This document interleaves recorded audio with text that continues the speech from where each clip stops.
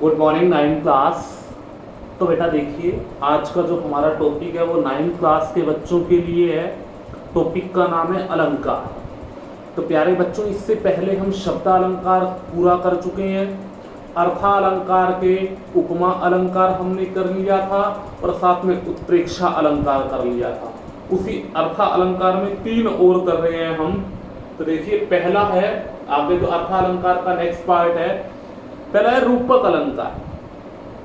रूपक अलंकार में क्या बताया गया है कि जिस अलंकार में उपमेय और उपमान में अभेद प्रकट किया जाए उसे रूपक अलंकार कहते हैं।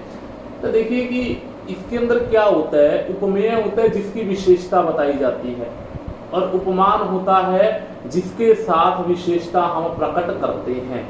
जिसकी विशेषता बताई जाए उपमेय और साथ में जिसके साथ विशेषता बताई जाए वो उपमान।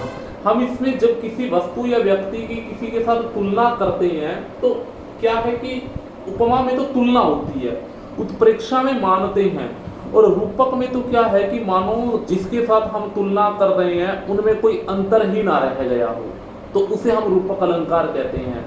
अगर हम ये कहते हैं कि वह कमल जैसा सुंदर है, जैसा कमल जैसा, तो यहाँ पर हम इसको उपमा में रखेंगे। अगर हम ये कहते हैं कि मानो वह चरण कमल जैसा है, तो फिर क्या आ जाएगा, वो उत्प्रेक्षा। अगर हम ये कह देते हैं कि चरण कमल, कि उसके क्या है, चरण कमल बंदौ हरिराई, कि उसके चरण की क्या है, कमल है, तो क्या आ जाएगा, वो रूपक अलंकार। जैसे है, अगर मैं ये कह देता हूं कि वह बल में भीम जैसा है, यहाँ पर तो उपमा। अगर हम ये कह देते हैं कि मानो वह बल में भीम जैसा है, तो फिर ये उत्प्रेक्षा। अगर मैं ये कह देता हूं वह बल में भीम है, तो क्या आ जाएगा, रूपक। मानो दोनों में कोई अंतर ही ना रह गया हो गया क्लियर, उसे कहते हैं हम रूपक अलंकार। नेक्स्ट है हमारा अतिशयोक्ति अलंकार।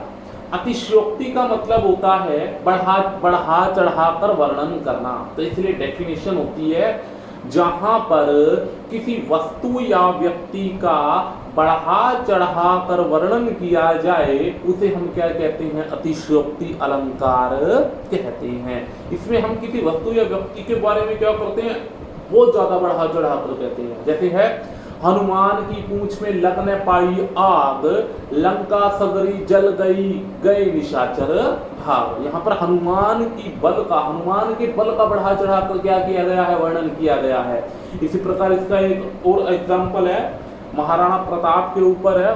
तो एग्जाम्पल कुछ इस प्रकार है, जैसे आगे नदियां घोर अपार, राणा ने सोचा इस पार, जब तक राणा ने सोचा इस पार, तब तक था चेतक उस पार।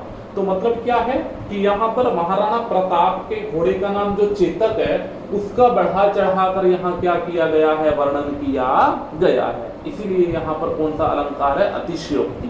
हो गया क्लियर कि किसी वस्तु या व्यक्ति का क्या करना, बढ़ा चढ़ा कर वर्णन करना।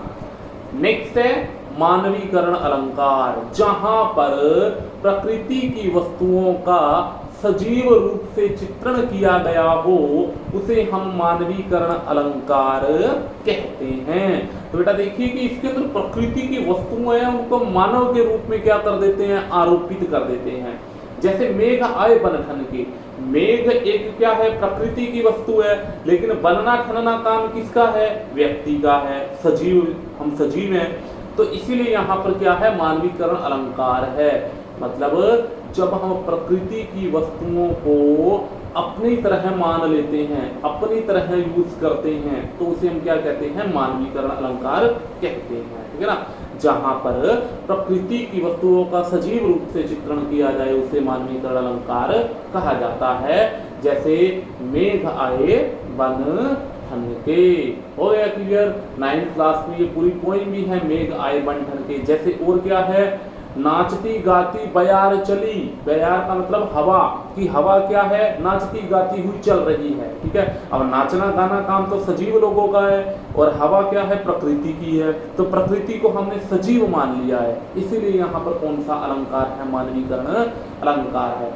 तो ये हमारा अलंकार का टॉपिक था, इसको अच्छी तरह लर्न करना इन सब की डेफिनेशन आपने लिखनी है, एग्जाम्पल लिखनी है। नेक्स्ट टाइम नेक्स्ट जो हमारा है, मैं अलंकार का टेस्ट लूँगा, ना कि किसी तरह से और नया आपको वर्क करवाऊँगा। नया वर्क तभी करवाया जाएगा जब अलंकार का टॉपिक आप लोग क्लियर कर लोगे। हो गया क्लियर? आज के लिए इतना काफ़ी है। ओके बेटा, थैंक यू।